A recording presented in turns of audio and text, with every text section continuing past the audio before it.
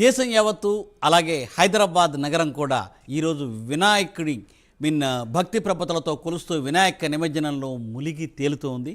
మరి ఈ సందర్భంలో అసలు ఈ వినాయక నిమజ్జనం ఏంటి, దీనికున్న ప్రాశస్యం, దీనికున్న ఇంపార్టెన్స్ ఏంటి అనే దాని గురించి మనము ఆధ్యాత్మిక చర్చాగోష్ఠి జరుపుతూ ఉన్నాము. శ్రీవత్స ఆచార్య గారు మనతో పాటు ఉన్నారు స్టూడియోలో.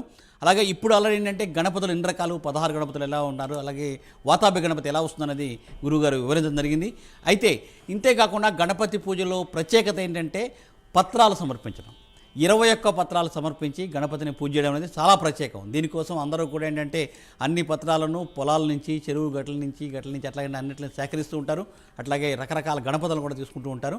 కాబట్టి డిస్కషన్లో మళ్ళీ ఏంటంటే ఆ పత్రాలు వాటి గురించి ఏం తెలుసుకునే ముందు ఒకసారి సార్తో మాట్లాడదాం. సార్ చెప్పండి. గణపతి పూజలో 21 పత్రాలు అంటారు, ఏకవింశతి పత్ర అంటారు. ఏకవింశతి పత్ర అనే దాని ప్రాసెస్ ఏంటి? చాలా ముఖ్యమైనది. ఇక్కడ చెప్పుకోవాలంటే 21 పత్రాలు మామూలుగా మనం అందరికీ తెలవాలి, అంటే అందరు వాడతారు. కానీ దాని ప్రాశస్త్యం ఏంటంటే ఇక్కడ మనం కొంచెం బ్యాక్ వెళ్తే 4 వేదాలు అధర్వణ వేదంకి లింక్ వచ్చేస్తుంది. పురాణాలు అంటే అన్ని సబ్జెక్ట్స్. 4 వేదాలు మామూలుగా ఋగ్వేదం యజుర్వేదం అయిన తర్వాత సామవేదం సంగీతం అవుతే సరే, సామవేదానికి అధర్వణ వేదానికి కూడా ఒక లింక్ ఉంది. ఒక మంత్రాన్ని రాగంలో పాడి మంది ఇస్తే చాలా బాగా పనిచేస్తుంది. అయితే ఇక్కడ 21 పత్రాలు ప్రాశస్త్యం ఏంటంటే ఇది ఆయుర్వేదం. దీని మించిన మందు లేదు. 13వ శతాబ్దంలో ఏదో మన దురదృష్టవశాత్తు ఏదో ఆయుర్వేదానికి ఇంకో మందు కలిపి ఏదో రకరకాల మందులు వచ్చేసినాయి. చిన్న సబ్జెక్టు. ముఖ్యమైనది ఆయుర్వేదం. ఆయుర్వేదంలో ఏమవుతుందంటే ఈ 21 పత్రాల్లో ఆయుర్వేద గుణాలు ఉన్నాయి. ఏది మన బాడీకి సంబంధించినవి మనం తినంగానే, ఇప్పుడు మనం కొత్తగా చెప్పచ్చు కానీ మెల్లగా అలవాటు. ఈ 21 పత్రాలు మనం తినచ్చు అనమాట చాలా జాగ్రత్తగా. ఫర్ ఎగ్జాంపుల్ ఒకటి నేను చెప్తాను. ఇప్పుడు ఈ ఆయుర్వేదంకి సంబంధించిన అధర్వణ వేదం నుంచి ఎలా వచ్చిందంటే మేకలు ఆకులు తింటాయి. మనం జాగ్రత్తగా పరిశీలిస్తే అవి కొన్ని ఆకులు మాత్రమే తింటాయి. వాటికి ఎంత తెలివి అంటే మనకేవైతే పనికొస్తాయో ఈ 21 ఇంకా చాలా ఉన్నాయి. మనము తుమ్మ ఆకు అని వాడతాం ఈ వినాయక చవితికి. అన్ని ఆకుకూరల్లో ఉన్న రకాల గుణాలన్నీ తుమ్మ ఆకులో వచ్చేస్తాయి. దాంతో ప్రత్యేకంగా వంట చేస్తారు. అదొకటి. ఈ 21 కాక 21లో ఏంటంటే జామ ఆకు. ఫర్ ఎగ్జాంపుల్ జామ ఆకు మామూలుగా జంతువులు తింటాయి, కానీ మేక ఏం చేస్తే మనకు పనికొచ్చే ఆకుని చాలా వాటిని వదిలేస్తుంది. మహా తెలివైంది. అంటే మనం యూజ్ చేసుకోవాలి, మానవాళికి కావాలి అని మనం గమనిస్తే. అలా ఏమైందంటే వాళ్ళు మేకలను కాచేవాళ్ళు అది గమనించి దాంట్లో ఆయుర్వేదం కొంత వాళ్ళు నేర్చుకున్నారు. కాకపోతే శ్లోకాలు చెప్పడము అది అంత తెలియకపోవచ్చు వాళ్ళకి.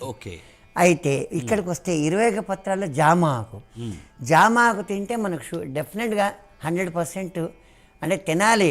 కొత్తగా అనిపిస్తుంది. జామాకు తింటే షుగర్ రాదు. షుగర్ ఉన్న వాళ్ళు కంట్రీగా జామాకు తింటే, జామ పండు, దూరపండు ఏదైనా అవి తింటే, జామ తింటే ముఖ్యంగా షుగర్ కంట్రోల్ అవుతుంది. అలాగే ఇంకొక మన ఆయుర్వేదంలో ఆ మధ్య వచ్చింది రకరకాల బ్యాక్టీరియా రోగాలకు ఉంది ఆ ఆకులు ఉన్నాయి. దీనిలో వస్తే మళ్ళీ జామ ఆకు తర్వాత వేరే రకరకాల ఆకులు ఉన్నాయి. అవన్నీ మనం వాడితే ఆరోగ్యానికి చాలా బాగుంటుంది. వెలగపండు ఏంటి? వెలగపండు మనం బెల్లం వినాయకుడు పెట్టిన తర్వాత సంతోషంగా మనం వేరే కాయ ఆయనను ముట్టకూడదు, వేరే తెచ్చుకొని బెల్లం కలిపి తింటే, వెలగపండుతో తింటే మొత్తం మన లివర్ ప్రాబ్లమ్స్ అన్ని క్లియర్ అవుతాయి.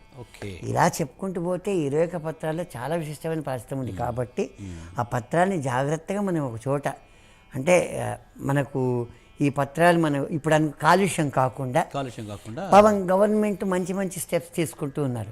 కాకుండా దాన్ని ప్రత్యేకంగా ఏదన్నా అరేంజ్మెంట్ గవర్నమెంట్ తలుచుకుంటే ఏదన్నా చేయగలదు. వాళ్ళకి అన్ని పవర్స్ ఉన్నాయి.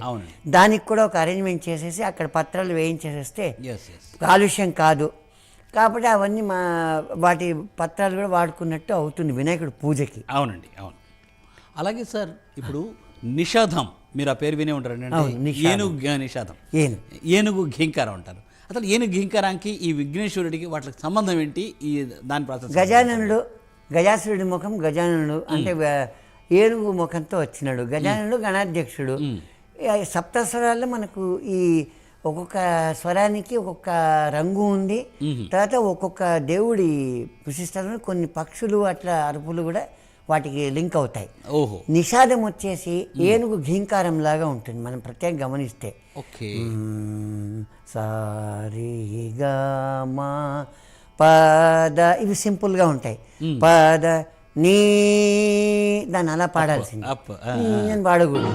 నీ అని పాడితే ఏమవుతుందంటే ఆ నిషాదం మనం అబ్జర్వ్ చేస్తే ఎగ్జాక్ట్గా ఏనుగు ఘీంకారం అంటాం, ఓకే, ఆ సౌండ్ వస్తుంది. అదేంటి, ఏనుగు అనగానే గజాననుడు గజాసురుడి ముఖం పెట్టి గజాను గణాధ్యక్షుడు, ఏనుగు స్వరూపం నిషాదం, ఇది ఇలా ఉంటుంది ఇంకనమాట. ఇది సార్ మరి ఒక ప్రత్యేకత ఇప్పుడు యాక్చువల్ ఏంటంటే ఇప్పుడు మన ఖైరతాబాద్ గణనాథుడు కానీ అలాగే బాలాపూర్ గణనాథుడు కానీ లేదంటే ఇక్కడ కానీ దేశవ్యాప్తంగా విఘ్నేశ్వరుని పెడుతున్నారు. ఈ విఘ్నేశ్వరుడికి ఇంత హైట్ ఉండాలి అని ఏమైనా ఉందా?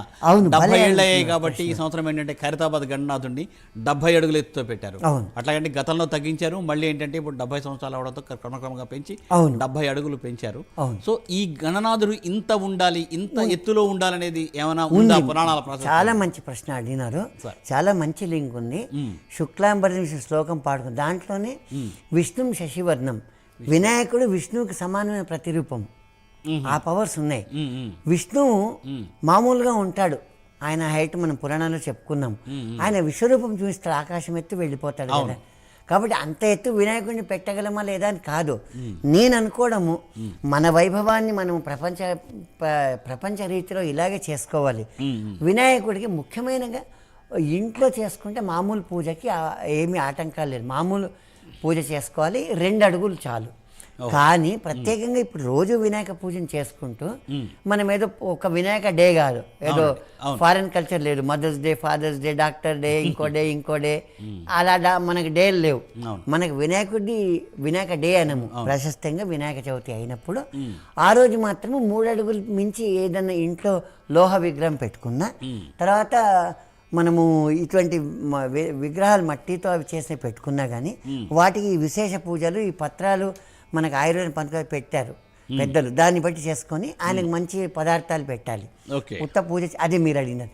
ఇంకా ఎత్తు అంటారా, నేనైతే అంటాను ఎవరేమనుకున్నా ఎత్తు ఇంత రిస్ట్రిక్ట్ చేయాలని లేదు. దానికి కావాల్సినది ఇప్పుడు గవర్నమెంట్ అరేంజ్ చేస్తుంది, ఈ క్రేన్స్ అవన్నీ ఎత్తు ఉన్నట్టు దాన్ని ప్రాబ్లం అనుకోరాదు. గవర్నమెంట్ ఏదన్నా కానీ సాల్వ్ చేస్తుంది దాన్ని, ఏ ప్రాబ్లం అయినా వాళ్లకు కాస్త మంచి తెలివిగా ఆలోచిస్తే. నేను అనుకోవడం ఈ వచ్చే నవరాత్రులు ప్రతి సంవత్సరం వచ్చినా కానీ పిల్లలు సంతోషంగా ఉంటారు, కాకపోతే కొన్ని స్టెప్స్ తీసుకోవాలి. తప్పనిసరిగా సార్. అలాగే సార్ ఇప్పుడు మీరు హైదరాబాద్లో ఇది ఎప్పుడు స్టార్ట్